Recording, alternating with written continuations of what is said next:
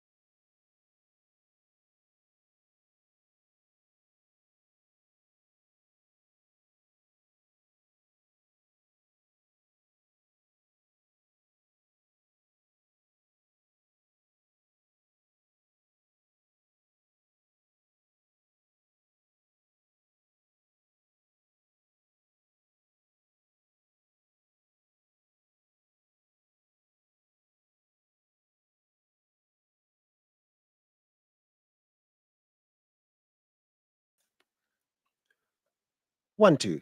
Can you hear me? Let's see if this is working now.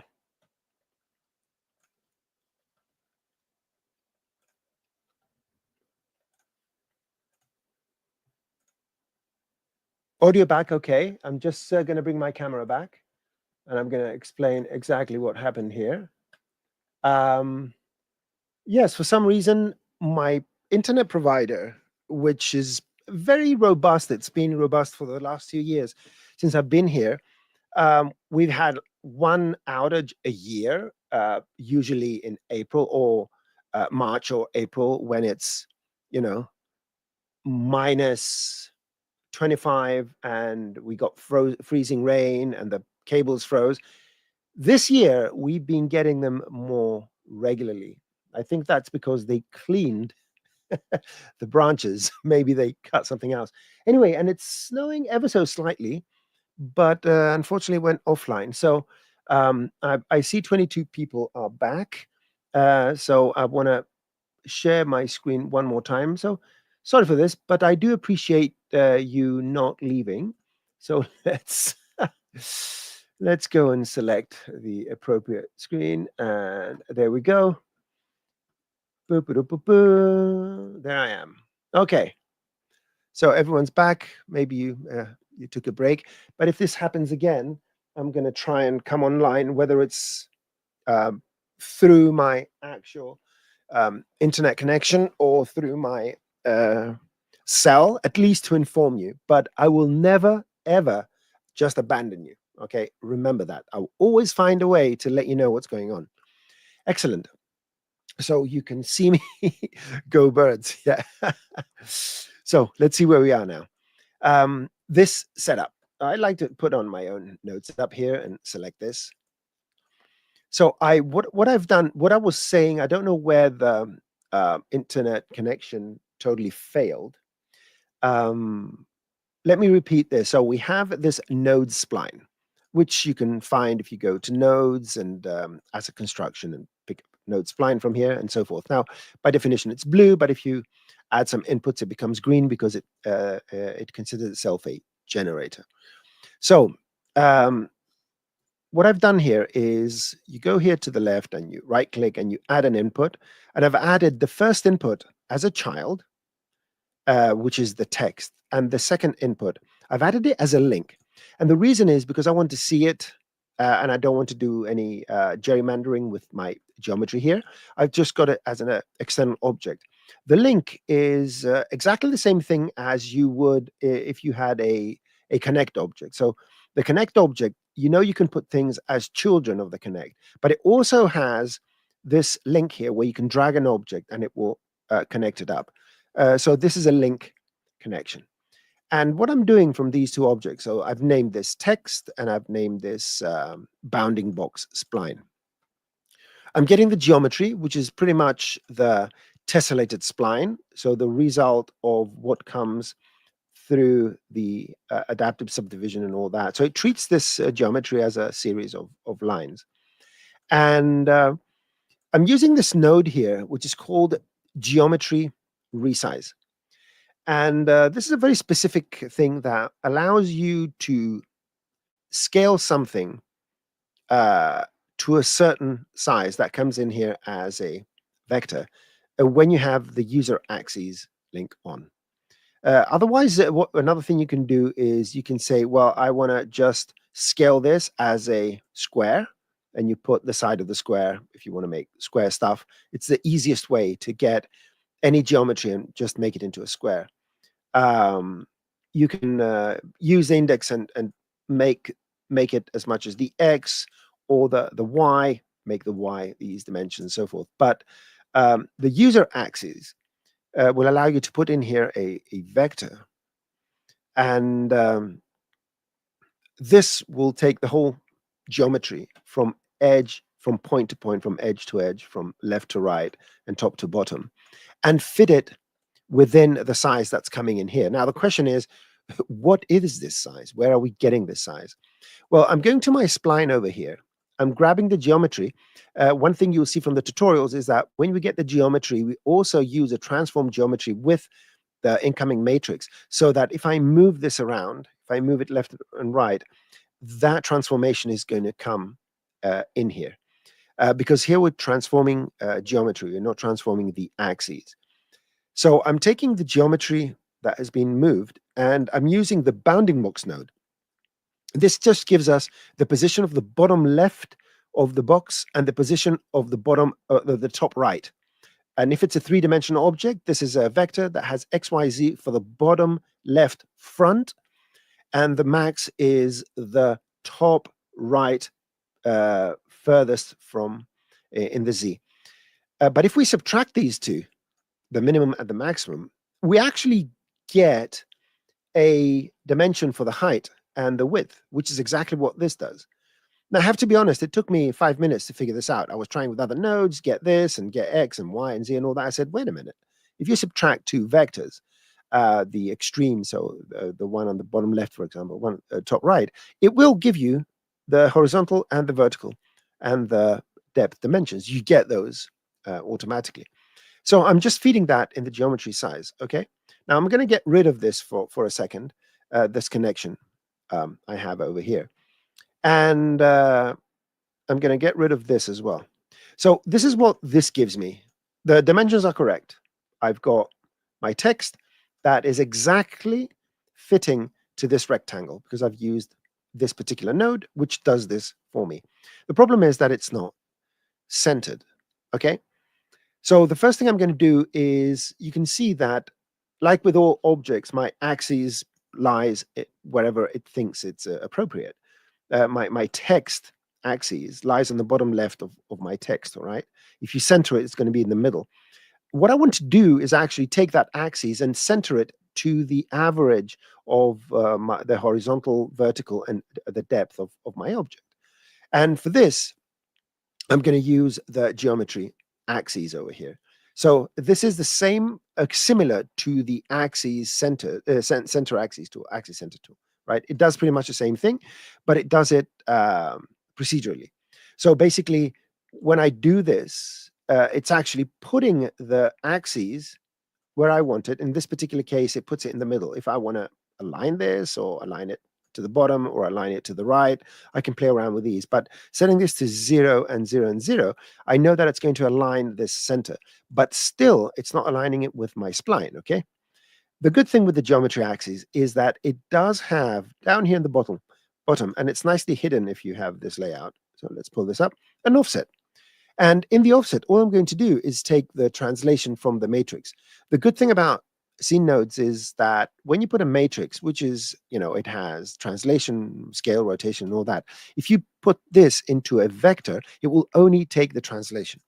You can always decompose a matrix to see what's in there, and it will give you values for translation, scale, and rotation. And I could do this. It's going to do the same thing, but this is more readable, all right? If you're making things when you're learning nodes, it's good to do things in this detailed way so you remember what everything does, because here you can see the explicit transformation of a matrix into a vector, into the three let's say components of the matrix: translation, scale, and rotation, and you're taking the translation.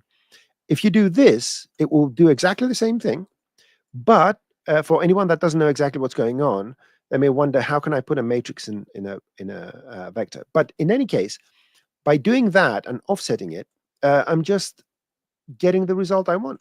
Now, wherever I put this rectangle, and depending on how big it is, despite what I'm writing in here, it will always go and fit directly. So yes, this is not exactly what the user requested. It can be done. I guess instead of X, Y, Z, I can go with X and get this target size to be the X difference. So I'm going to go here and put it in the target size. One is for vectors, one is for, let me find, if you can't find the inputs, just say get all, or click on this and it will come up. I can get the X and put it here. So now in this case, I'm just getting the X. This means that, let's write again, Noseman. You can see now it's doing the effect that the user requested. where it will only align the horizontal, and everything else is going to stay at the correct proportions. All right, and so this is not going to make a difference because it's scaling, the geometry is scaling, and all that. So this would be one of the ways you can go about doing this, or something similar. Okay, so let me now go to your own questions, and I'm going to go back to the spreadsheet in a second. Okay, let me first go up and tag Go Birds, chirp, chirp. So let me mark a question by Hello Studio. I've saved my scene files, save them as an asset, and then export scene files, FBX, OBJ, having texture missing. Yeah, this is something you need to contact tech support and provide them with a scene. We can't deal with these kind of questions without having something tangible. I have no idea. I'm reading the other question here. It says, let's see if we can deal with this one. Nicholas Falman. I create 4 cubes, each which has a different offset between each other. Add them to fracture, add step effector to fracture, animate to squeeze and stretch. Second, when adding a rigid body tag, the animation gets this bounce back effect. Why? Should I elaborate more? I'm trying to figure out. This will be a beautiful little thing to hit me up on X, on Twitter. And this is me. You can DM me. My DMs are open, and make this little file and tell me what your expectations are, rather than trying to decipher what exactly is going on. Yes. Okay. Yeah, just send me through and I'll reply. And sometimes the subjects that I visit from questions I get on Twixer, they become quick tips, or they become subjects for these Ask the Trainer sessions. Okay, let me go to another question now. Let's see. Let's see here. I have a user that's asking. Elinoam is the name, just in case the user is listening to us, and sent me some interesting videos about. I'm actually going to show one here. Let me open a new scene. Let me just do this 1 second.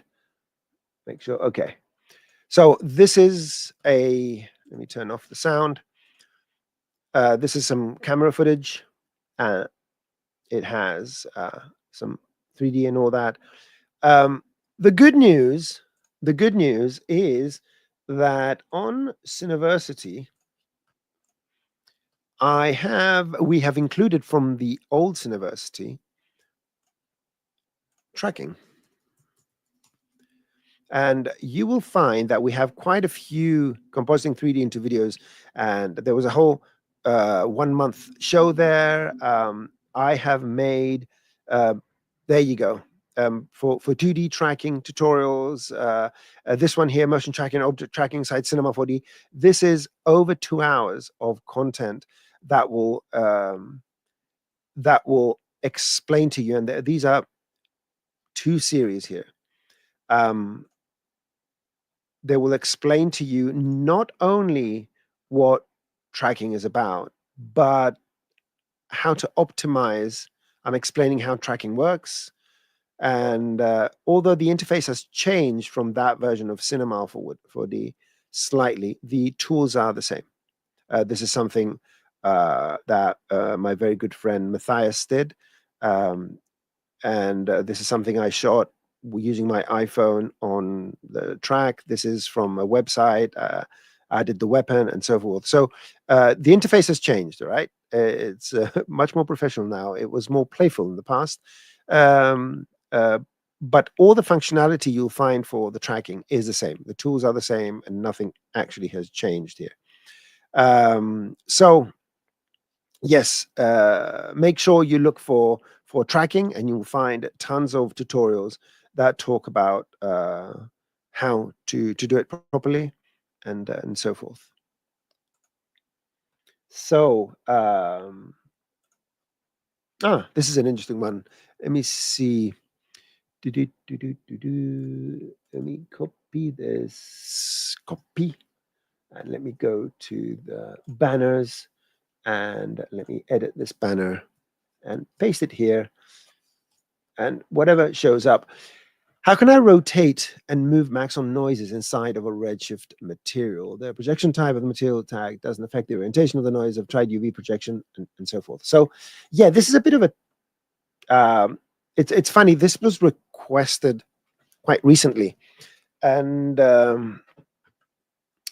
I think that my very good friend Jess also did a tutorial, and there, if you go, I'm trying to think if I remember Jess's YouTube channel. Oh, forget. I'll find it and I'll post it later on. You can do it with triplanar. It's an interesting little trick, but there's another way as well. And I've actually created a little file here. So let's go to, if you hear any noise from outside, those are the snow plows cleaning the snow. So let's go to the material here. And I've got this max on noise over here. And what I'm doing, I'm using a UV projection. And basically, you can go through the UV projection and use these numbers to rotate your material. Let me just dock this down here so we can see everything. I wanted to dock it down there, but I docked it halfway. There you go. That's better now. So let's give some space. Let's go to the UV projection and find the correct 90 degrees. So there you go. So you can, now this is the wrong one. It's always the last one. There you go. This is the rotation. Now, what you do need to do is, so the noise itself is default. You don't need to do anything with the noise itself. Let's see the parameters here. Okay, the noise itself is as it is. You just change the scale. What you do need to do with the noise, though, is change the source, because the default here is object. And when you put it in object, you'll find that you can't rotate it. Nothing appears to happen. At least nothing meaningful appears to happen. Okay. So by going to the noise and setting the source to UV or vertex attribute, it will then allow this noise to know where it exists, where it is, based on the UV attributes. So now, because we need to rotate it 90 degrees here, so rotate 90 degrees on the X, because it's projected, I think, towards the Z. And from this point onwards, you can go and you can rotate it as much as you want. So I would say this is the key, is make sure that your noise is set to UV vertex attribute. Excellent. So let me, oh yeah, my little avatar here. I was just clicking on the noise. Yeah, it didn't obscure anything. Good. No. So there's an interesting question here. Let me bring it up. Interesting question.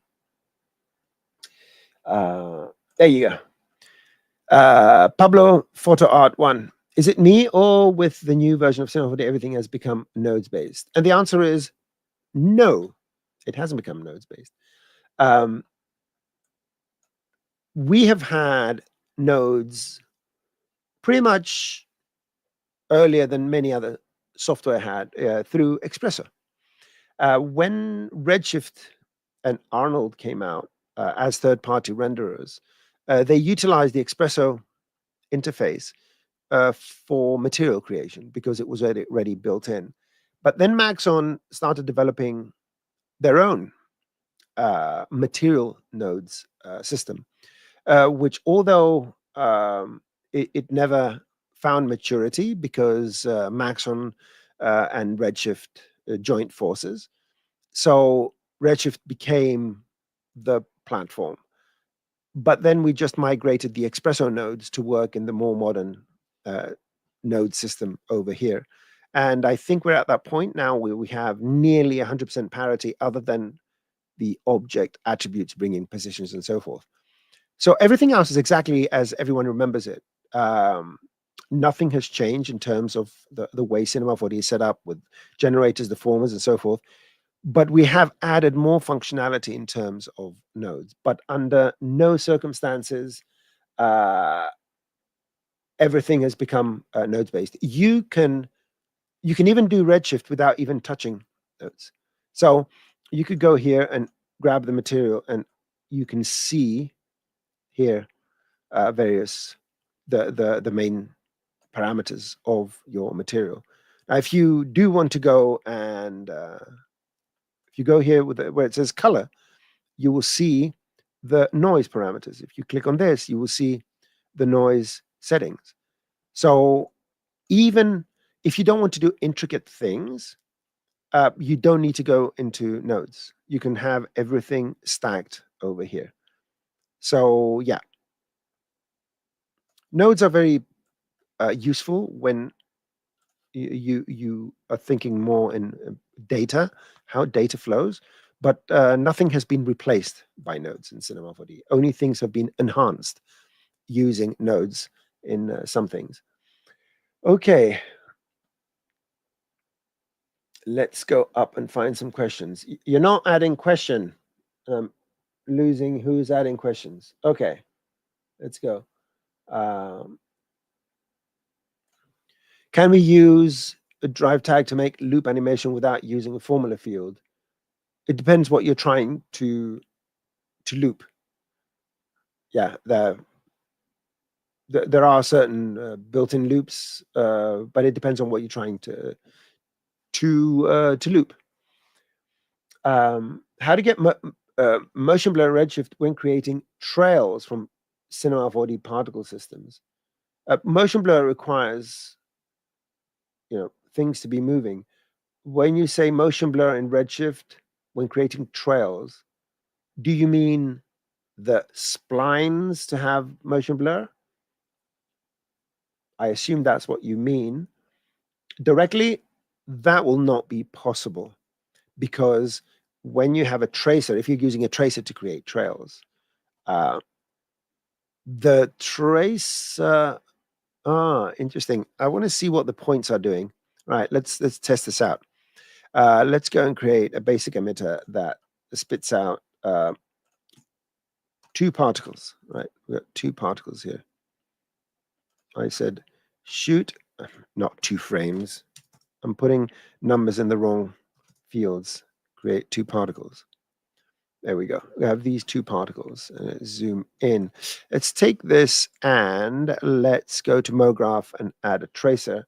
Let's go from end and set this to 15 frames with a spread of 5. So now we get these 2 splines. So I guess if I understood the question, you want these to have motion blur. That's an interesting one, because if their point order changes, you can't have motion blur. So let's get a turbulence and let's set this, just make them go in a bit stranger directions. Okay. So I'm going to go here, right click and say can't state to object, advance 1 frame, go here, can't state to object. So I have these 2 splines here now, which represent the splines that were generated on 1 frame. And let's go and check out the point indices. Let's go to this one. So, and then this one. First of all, the splines are going in the opposite direction, but they seem to be holding on to the same point numbers, which tells me that we should have some sort of stability here. So Let me think what we can do to test this. Let's make them really fast. And let's go with 10 frames. And so rewind, press play. How are we going to see the motion blur, though? Now I need to make them shorter, to make them 2 frames long. Okay. And let's go render this. I have no idea. I have no, if this is the question. I don't even know if the question is correct. So let's go here, curve, I don't know, cylinders. That will be a good idea because we're rendering trails. Redshift. Let me just do this. We can see the lines. And now let's go and render this frame. Let's go advanced, motion blur, deformation and everything. And movie 360. And let's see what's going to happen here. Boom. Are you going to render or are you...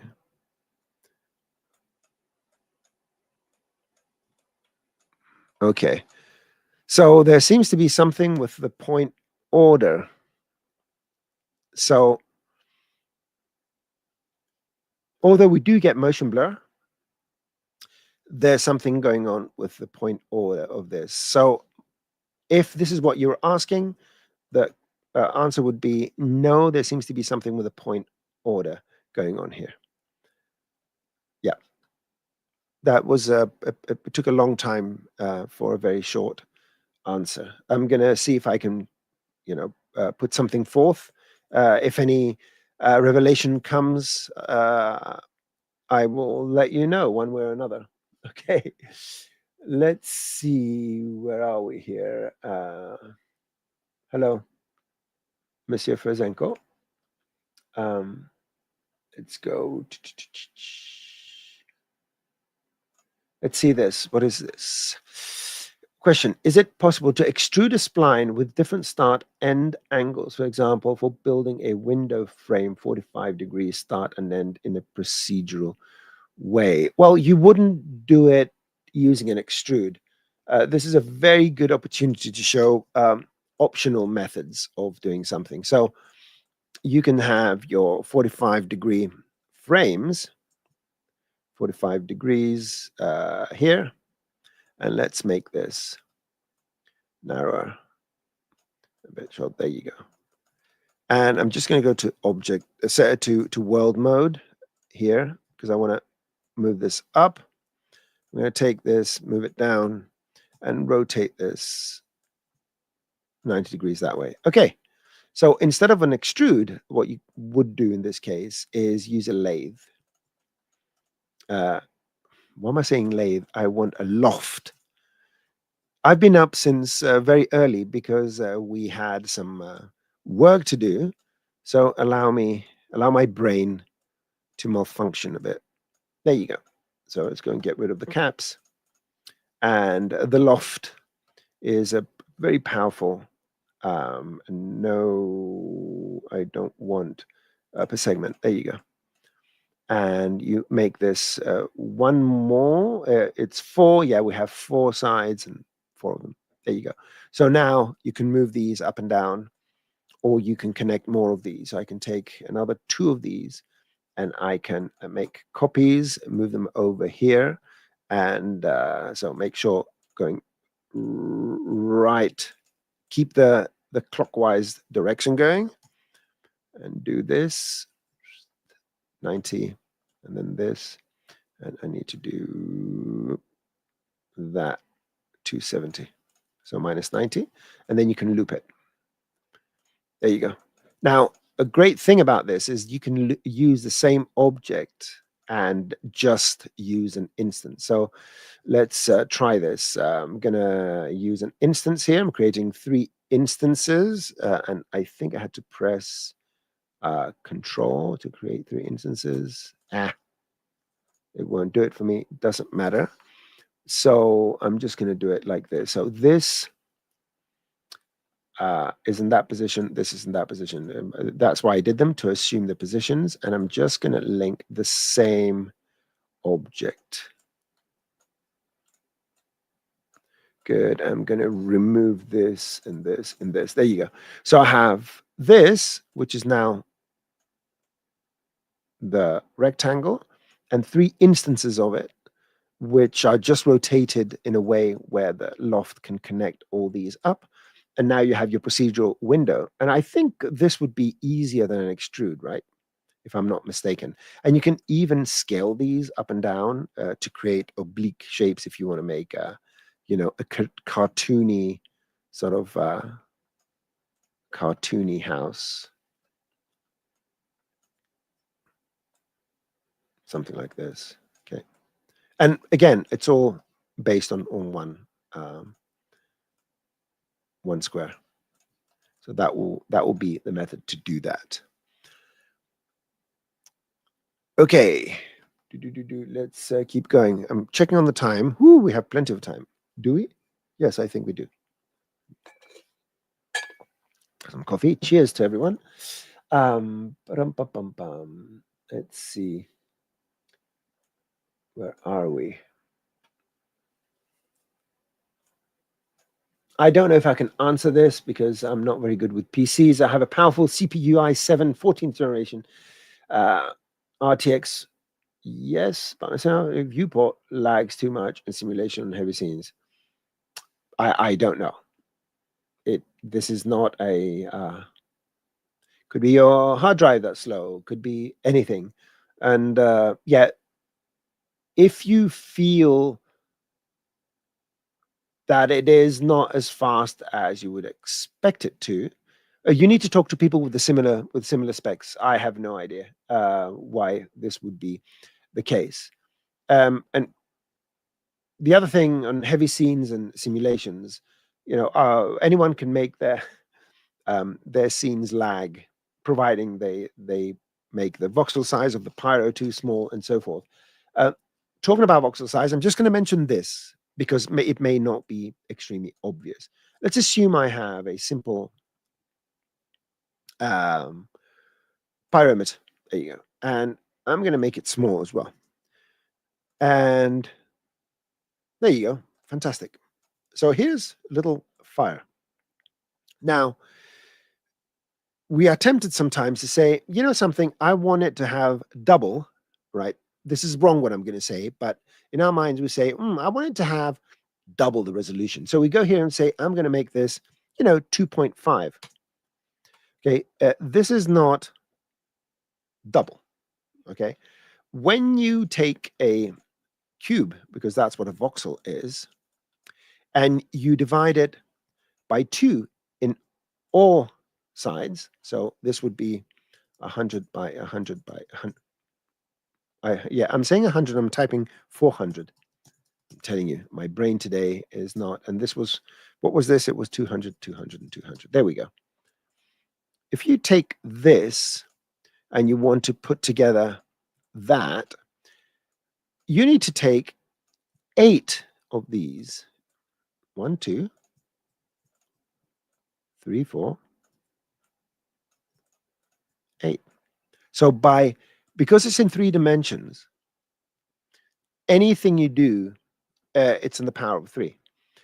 So if you halve your voxel size, if you halve it, you are making it occupy 8 times more RAM. All right, so remember this, it's 5.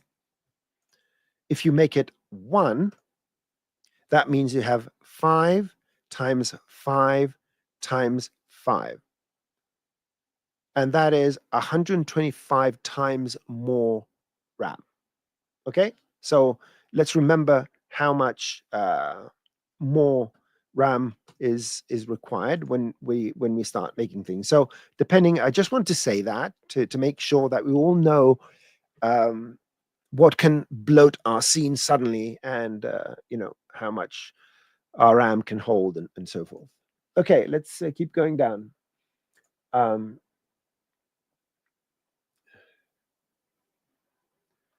go. Can you show a simple example how to use a Redshift environment to make the foggy look? All right, very quick example, right? I'm gonna go. No one's gone ever faster. So let's just get a disk and make this big. Okay. There we go. So we can just put a simple light and get things nicely done. There we go. So by definition, all lights have a default volume contribution. If you go to the light and go to the details, you will see these sliders here are some of the most powerful things you can do with lights. And it tells the light how much of its actual value is going to be used for diffuse, reflection, transmission, blah, blah, blah, blah, including volume. Now, the reason we're not getting a volumetric render here is that there is no medium. This is like being on the moon. There's nothing in between to cast those foggy rays. We do that by going here and adding a Redshift environment. And watch this. Boom. It's foggy now. Okay, it's foggy. Now, the good thing is you don't need to touch this. You can, but you don't need to. You can change, get the scattering to go down, right? And there you go. You have this sort of look. But this is global. This is for your whole scene. So let's undo this. Now, one thing with attenuation, I don't know if it was fixed. I always find that if you have a value that's not 0, it may produce faster results. Now, let's go and do a couple of things. First of all, the lights are too wide. You didn't ask me this question, but I'm going to say it anyway. You can go and change the spread. This is one of the things that people don't know about Redshift lights, that it has these barn doors built in. And then the next thing you could do with this is now you go to the details and you say, I only want, a 20th of this light, so 1 divided by 20, right? Or even less. There you go. And this only changes the contribution of the light. And this works with HDRs as well. So if I go here and type, go auto HDR, let's go and grab something. Let's grab this. Automatically, it's going to create a dome light. And of course, when it loads, everything is like this because the dome light is giving us a lot of fog, 0.0001. Now we have this foggy look. Now, there are other ways to create, to change the fog. You can go here and you can control, tell the fog to have certain emissions and be on the ground and stuff like that. But nonetheless, this is how you control the fog overall. So 001, just lower it even more. And in case you're doing too many decimals, I did a quick tip about this, but no one pays attention. Go to your preferences and go to units. And in units, you have display decimals 4, and you can raise it to, I don't know, is it 14 now? It's 14. Look at that. You can put 13 zeros and a 1. How cool is that? Yeah, and that's pretty much what you can do with these things. So let me just turn this down, get some fog there, and go here and set this to 0.01 and tell the light to have a bit more fog. There you go. So now we have a nice little foggy thing going on. Okay. And that's how you deal with fog. Hopefully that was a question you asked and I was not answering a different question. Okay.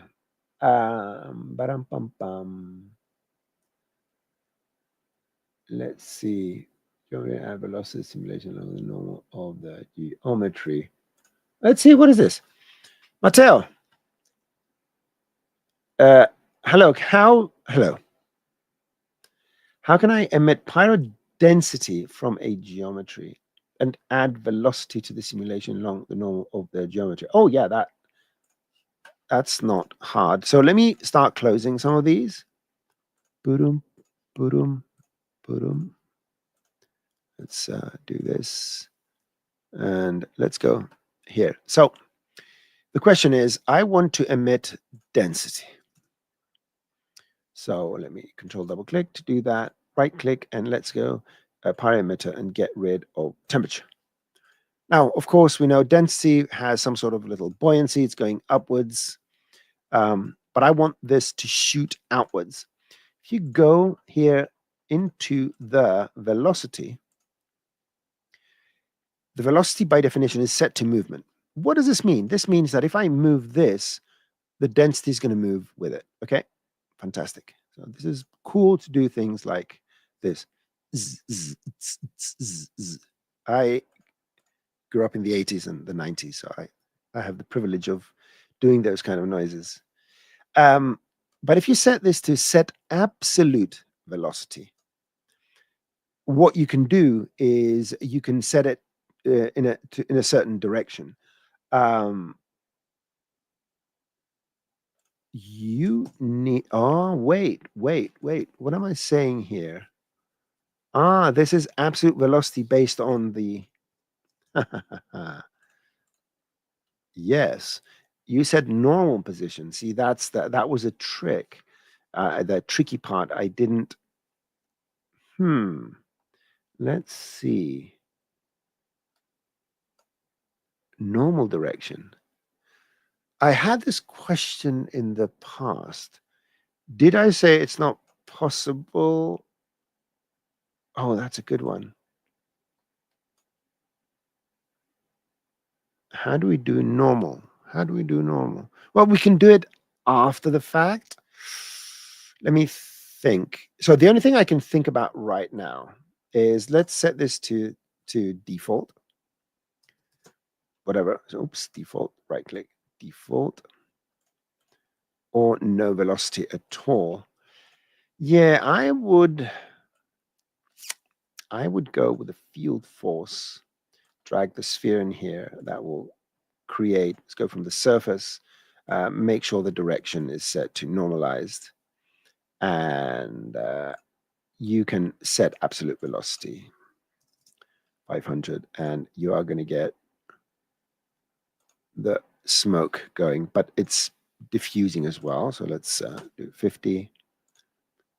So this is going in that direction. Yeah, I'm totally forgetting something that I shouldn't have forgotten. Yes, this is an interesting one. So let me, I need to ask around for this. But since we're still here, let me go to the density and get rid of the dissipation. I want to see if this is going to be flying out. Yep, it will continue flying out, especially if I don't dissipate. Force. There you go, invert direction. That was the problem. It was getting sucked in. No.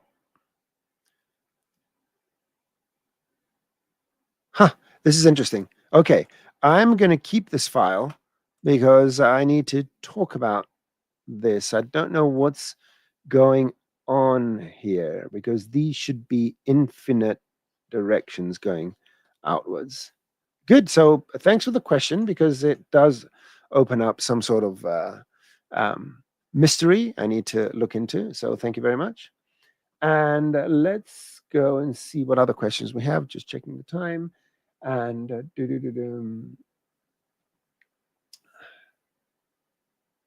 Marco's here. Hello, Marco. Artifacts or some of the trails appearing from the emitter as very frustrating on the recent project. I would assume this is about the trails, right? Again, contact me if you have a scene simplified, and this applies to everyone. If there's a scene that exhibits a specific problem, rather than me trying to figure out what's going on, DM me on Twitter. Prepare a simplified scene. It shouldn't contain anything more than what we're trying to find out.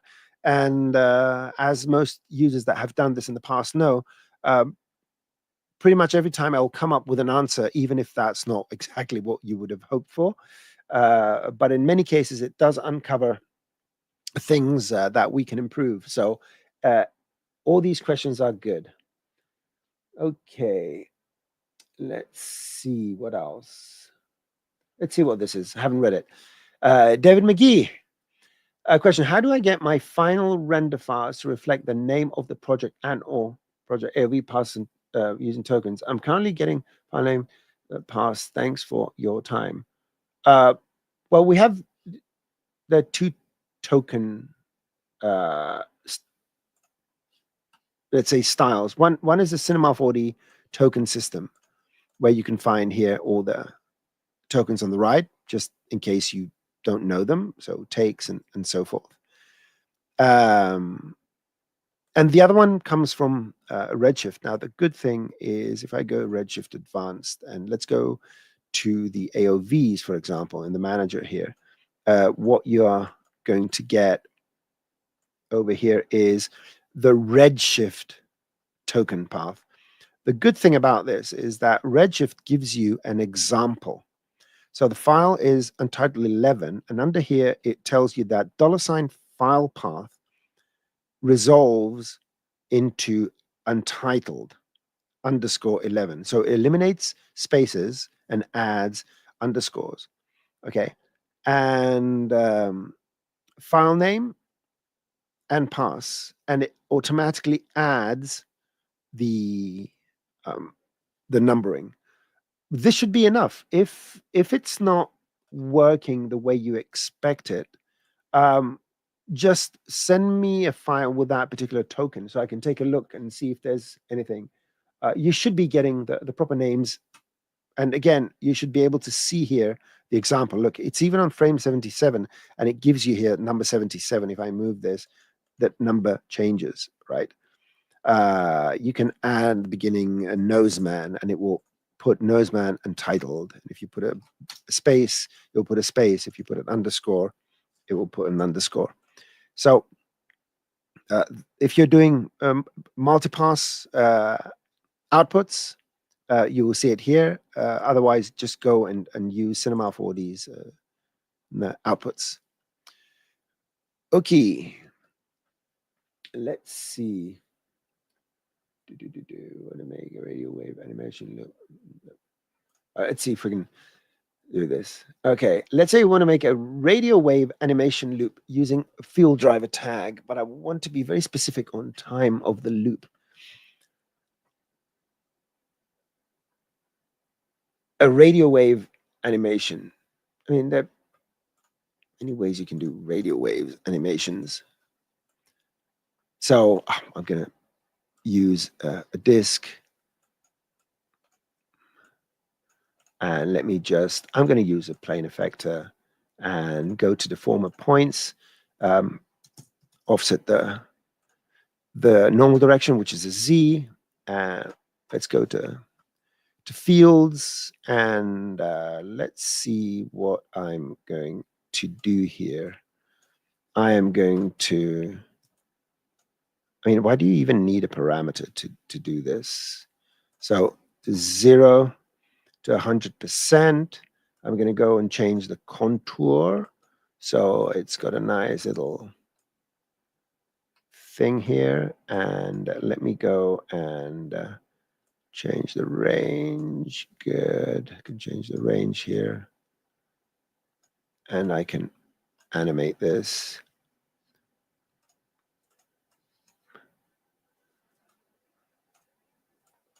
So I know this is not exactly what you wanted, but it's an example of how you can begin. Maybe I need to go like this to make it a bit more interesting. I can go and change the parameter here, and so on and so forth. Where am I here? So I'm doing this. Maybe I can get an extra spherical on top and sort of multiply it. Multiply it and inside and outside, so it sort of fades out. I can go and add a sort of a delay and add a little springy motion. It will create more springiness, and let me go and make it faster here. Go over here, and go down here and make this shorter. This will tell it how many frames it will loop this particular animation. So something like this, I would guess. Oh man, I forgot the banner up. How much did we lose here? Rats, I forgot the banner. So basically, oh, these were visible, I think. Were they visible? No, they were not visible. So, sorry about that. So basically what I did here is I took the plane effector, I put one spherical field, it's the opposite. Let's go here and get rid of this one. And in this spherical field here, in this one here, I went and I added a curve remapping. Normally it's like this, but I went and added a curve, and I made this curve sort of a camel hump here. And you go down here and you say spline animation speed, where basically it tells you how many frames to loop. I increased this to loop them and create these different waves.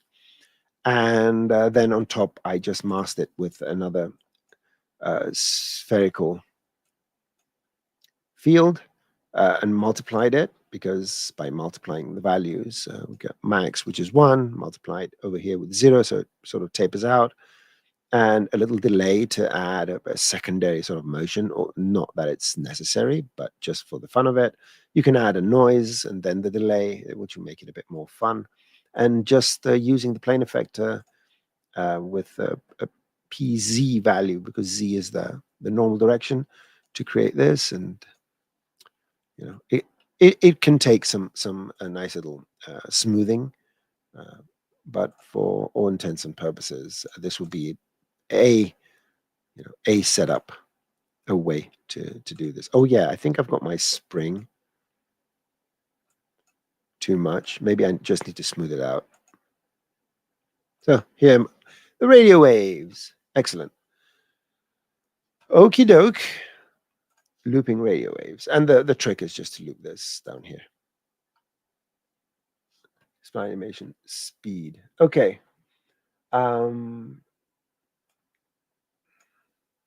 These are the hard ones now. How do I make a fruit explode nicely? Yeah, it's a combination of many things. You will use cloth if you want it to tear nicely. What else can you use?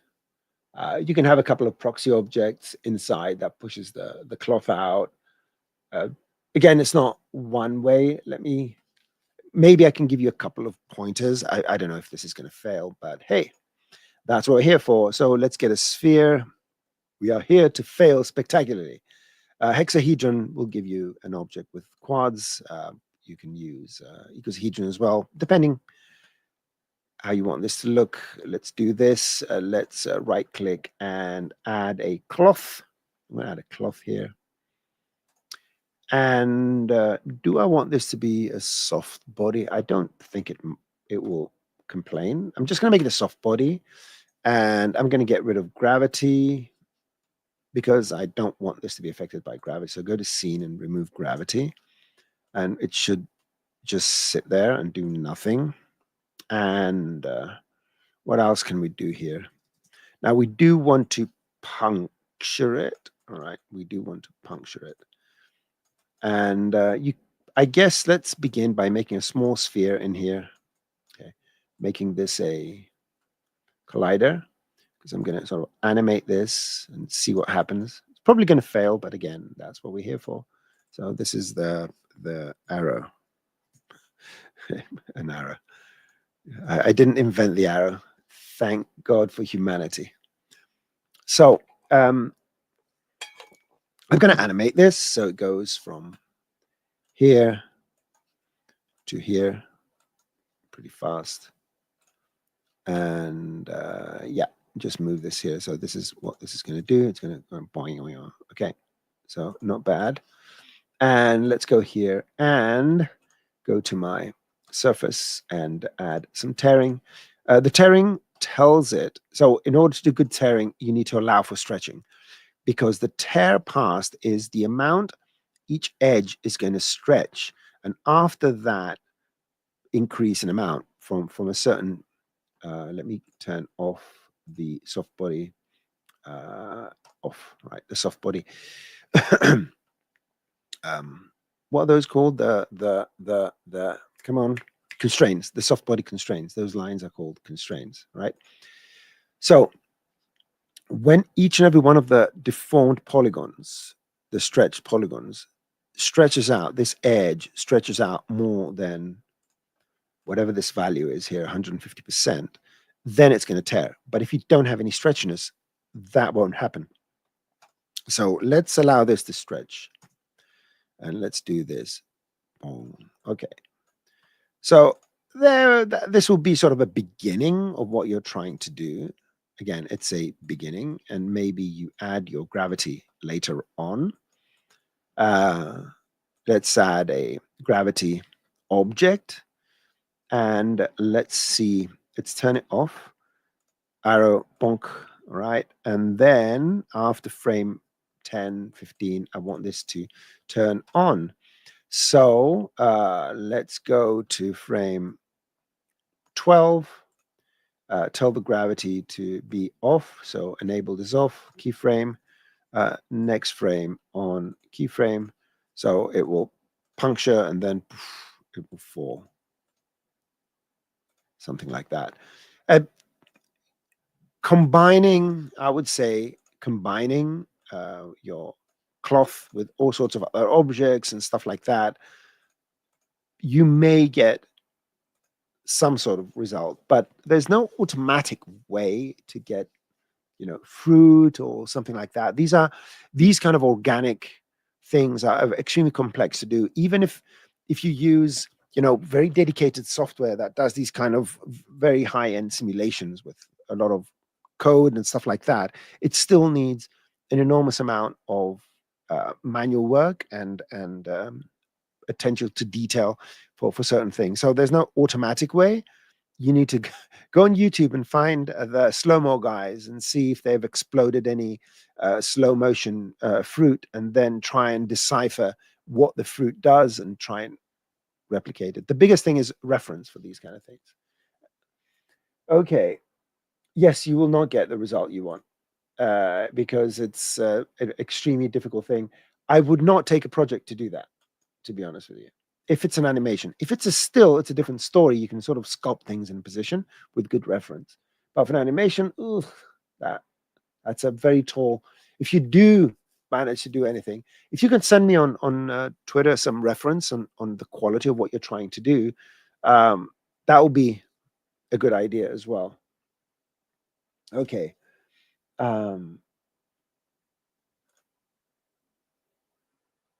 Users, I love your robot. How to use bend tool to bend in the middle of the object, just the correct axis and point. But this is something that a lot of people have trouble with. Don't worry. So if you get the bend uses these arrows to tell you that it's going to bend the big arrow towards the small arrow, right? So it's going to bend this in that direction. Let's see it. It's going to go, whoop. That's what it's going to do. Okay, so it's bending the big arrow towards that direction. Now, here's what you need to ask yourself. Bending this, and when we say this, in real life, it appears that if you grab something that's stuck to the surface and you move it that way, it's going to raise everything else. Here, we are talking about any points, because deformers just move points. They don't do anything else. They move points. The problem is that there are no points. If you go to the side view, there are no points this way and that way. There's nothing to move. What it is going to do is going to raise the whole thing, because all the points are receiving exactly the same value. Look at that. All these points are receiving exactly the same value. So it is bending. It is bending. You want to bend the points as relation to this. You want it to go like this. So you want this to go like that. And if this is the base, you need to put this on the base, and you need to put this at the top. Okay, so let's do that. Rotate it so that what is considered the base is going to be here, right where the base of the bend is. And it's going to bend all the way up to this point. And this is going to continue straight, and this is going to remain straight. And now it's going to work. Here's your bent polygon. The other thing I always do is just keep length, so it counters the distortion. And the other thing you can do is make sure to make your deformer as thin as your object and a bit thicker. So the paper is 0 thickness, make it 1. So this will give you a better idea of what is going to happen. And this will be very accurate. And in many cases, it's just a matter of just going here, adding your 90 degrees, pressing the keep length, and then rotating until you find the correct one, right? You're saying, okay, I want to bend. Let's first make my piece of paper. Let's make this look like a piece of paper. Okay. Nope, it's not that. Undo. It's not that. Undo. It's this. So now this looks like a piece of paper, right? If this looks like a piece of paper, then I will know that how this needs to be aligned. So if you do these kind of tricks, it will allow you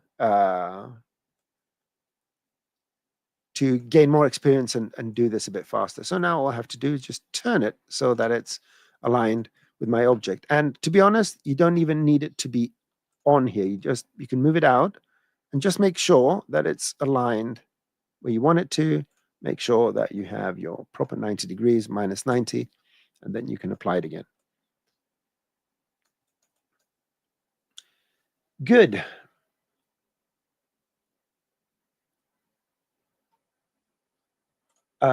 Color banding, where?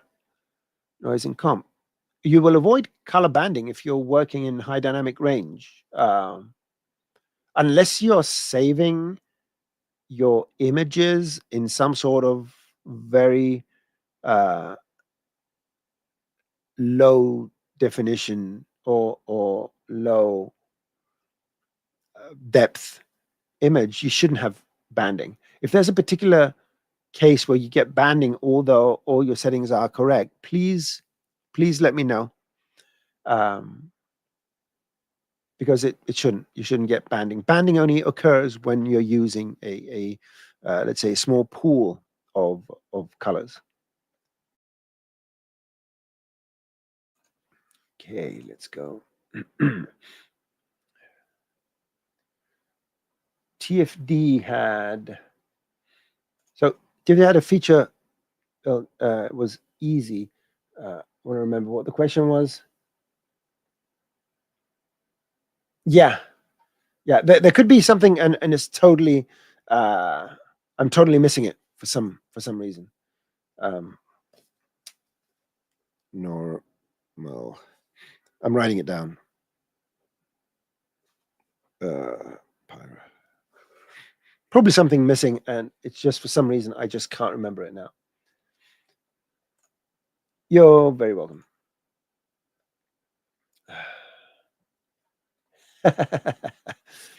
Goodbye, formula, deformer. Formulas are fun, right? Formulas allow you to sharpen your brain as well. A lot of things you can apply using formulas. You can apply it using espresso or scene nodes or all sorts of other things. So it's good to keep your let's say more coding and scripting talents up there. But yeah, for these kind of things, you can go with just fields can do a tremendous amount of things. Let's see. Was this the answer is spline animation speed parameter that was hidden. Thanks. Oh, good. About a liquid splashing from object. Nope. I think EJ Hassafrat's he did go check out his stuff. He did some interesting liquidy thing by abusing the particles. He's so cool. He's such a great artist and a very good friend. And he does some really amazing tutorials. Okay. Let's see. See this. Thanks for enjoying my videos. How can I increase the number of polygons in just a certain area of an object? Oh, that shouldn't be a problem. It depends, of course, what kind of object you mean, but let's go and check out a few potential solutions. So let's go with an icosahedron here. If you make it editable, you could go select polygons and right click and say subdivide. All right. So you can do this. If I can find the subdivide, there it is. So yeah, there you go. So you can do another subdivide. So essentially, you have more polygons now in this area. You could do an equivalent thing on procedural objects using nodes. I'm not going to get too much into it. Let's use a different one. Let's use a hexahedron. And what I'm going to do here is show a workflow. So let's go and create a polygon selection. In this polygon selection, I'm going to use a field. Now we can't see what it's selecting and all that. I made a quick tip. You can go and watch it on how we can sort of hack it to be able to see these selections with the material and whatnot. Okay, so I'm going to leave it here for now. Now I'm going to go from nodes, asset creation, get a nodes modifier. And the nodes modifier can get, so my nodes, I'm going to subdivide. What am I going to subdivide? Well, what's the name of this? It's called polygon selection. I'm going to call it my selection selected. Or you just go to your subdivide, you delete this, you say polygons, and you drag it in here. It should put little brackets and do this now. You will see that it's subdividing the ones that are above the threshold. And you can go here and you can subdivide it even further. And this is one of the ways you can use nodes without too much, without programming and all that, where you can go and you can do these kind of modifications. And there are various tricks you can do here.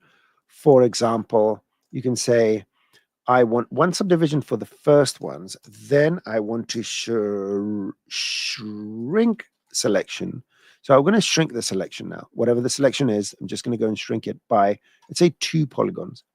Then I'm going to do another subdivide here.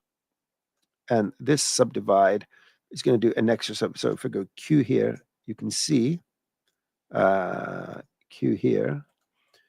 And not my selection, though. So shrink selection, and here I'm going to put default again. Or you can right click and go to default. Active. Let me see, what am I doing wrong with my selections here? So subdivide. Oh yeah, what I need to do is do an active. It's not active, it's select, right? There's something called the select. Store selection. It's not store, it's select. There you go, select. I typed selection. So let's get this select. In the select, we're going to put this and put it in the active selection. And they're going to subdivide. There you go. So what you need to do is take the selection, put it in the active selection.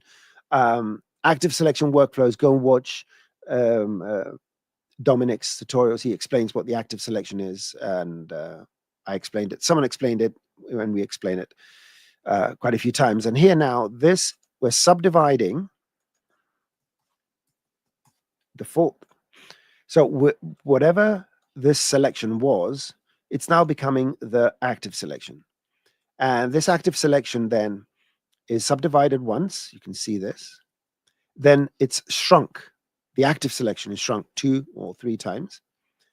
and then the rest are subdivided again once. And then what you could do here, the great thing is that you can take this and you can multiply it, or you can even put it in loop if you wish to do so, and actually make something that's procedural that does this. So you can have more displacement here and more, and so forth. But this would be another way to do this. And yeah, let's see. Okay, we're going to start wrapping it up. Let me editable and reversible. I think Mohammed, this will be helpful. So let me do something here. Let's go and save cursive subdivide. Okay, recursive subdivide. So I've saved the file. If we're going to do a little package, I'm going to make sure that this is in there. Okay, let's see.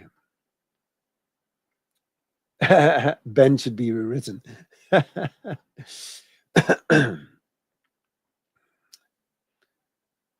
Yeah, we don't have, yeah, you have to set it up, grow flowers and grass organically.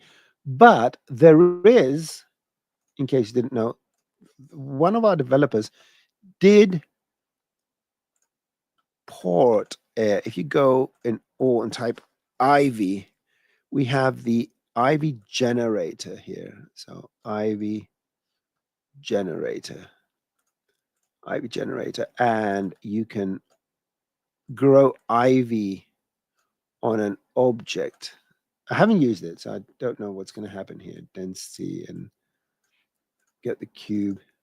Okay, I may need to move the cube slightly. There you go. So the ivy generator will generate ivy, and you got all sorts of selections, and you can, get selections, branches, and leaves, and I think you can apply materials and all that. So it's not grass, but this is something someone did, just so that you know. It's in Cinema 4D. Okay.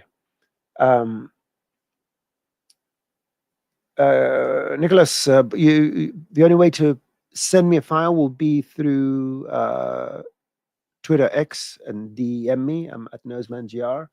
Let me put it up here. This is me at NosemanGR. Just DM me. If you don't have Twitter, maybe you can link a file, go through the. Oh, you can. You can. Oh, if you can't, go through the online form that asks the question for ATT. Remind me that you asked the question, and I asked you to send the file, and I'll get it in my spreadsheet, and I'll deal with it in a couple of weeks in our next show. Okay. What else? Good. Well, it appears that everyone's happy, and I'm happy as well. And we are approaching the bottom of the hour. Sorry for not getting to all the questions, and maybe some of these questions were not answered the way you would have liked me to. But we always try to do our best. Thank you again for sitting around for over an hour and even weathering our little technical glitches. It was a pleasure answering your questions. What else do I need to say? Don't forget February the 10th to see the last episode with Dominic Rookley and his fantastic series. Go to Cineversity and check out the new node tutorials. Ask your questions about nodes. Hit me up on Twitter. I have a YouTube channel, my personal YouTube channel. I haven't posted for over a year. How about that? But all the content is relevant. It's only Cinema 4D, and I've got only one that features Arduino and how to control servos improperly from Cinema 4D. That's that was disastrous. It kind of works, but the system gets confused.